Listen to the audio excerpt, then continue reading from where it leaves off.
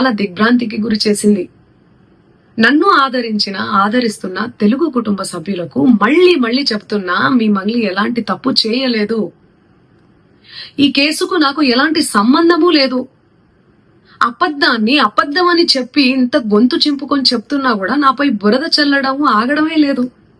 అందుకే ప్రతి చేతిలో ఉన్న మొబైల్ కు, రిమోట్ కు నా మొర చెప్పుకుంటున్నాను.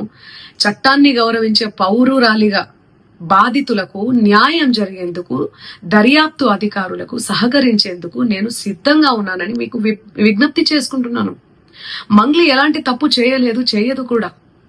ఈ మైక్రో ఫైనాన్స్ కేసు చీటింగ్ కంపెనీకి డబ్బులు వసూలు చేసిన వివాదంలో నాకు ఎలాంటి సంబంధం కూడా లేదు. మధునాయక్ ను మా కమ్యూనిటీ ప్రోగ్రామ్ లో భాగంగా నన్ను, నా తమ్ముడు శివాను కలిసిన మాట వాస్తవమే. కానీ అతను చేసే వ్యాపార వ్యవహారాలు, అతని వ్యక్తిగత జీవితానికి సంబంధించినటువంటి సమాచారంపై నాకు ఎలాంటి అవగాహన లేదు.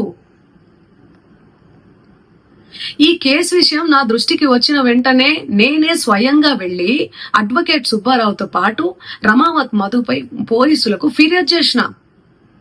తప్పు చేసిన రమావత్ మధు అండ్ గ్యాంగ్ పై ఖచ్చితంగా చర్యలు తీసుకోవాల్సిందే. బాధితులకు న్యాయం చేయాల్సిందే. ఈ కేసులో మోసగాళ్లను, బాధితుల అంశాలను పక్కన పెట్టి నాపై, నా కుటుంబ సభ్యులపై దుష్ప్రచారం చేసేందుకు కొందరు వ్యక్తులు కావాలని హేమకాంత్ రెడ్డి, సుబ్బు అడ్వకేటు, మధు నాయక్ ఈ కేసులో మోసగాళ్లను, బాధితుల అంశాలను పక్కన పెట్టి నాపై, నా కుటుంబ సభ్యులపై దుష్ప్రచారం చేసేందుకు కొందరు వ్యక్తులు కావాలని ఈ వివాదంలోకి నన్ను లాగుతున్నారు.